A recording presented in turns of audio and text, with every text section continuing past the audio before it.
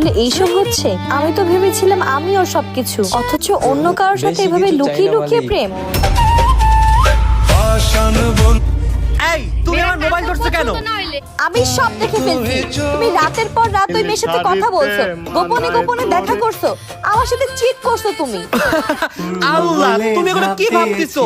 ও আমার ভালো একটা বন্ধু, এর বেশি আর কিছুই না। বন্ধু? বন্ধুর সাথে ঘন্টার পর ঘন্টা কথা, আবার আই মিস ইউ বেবি। আমাকে চিট করছো তুমি, আমার ভরসা ভাঙছো তুমি।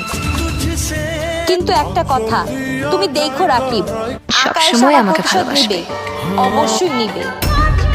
তোমার জীবনে যদি যাই চলে যা বিশ্বমা খায়াতির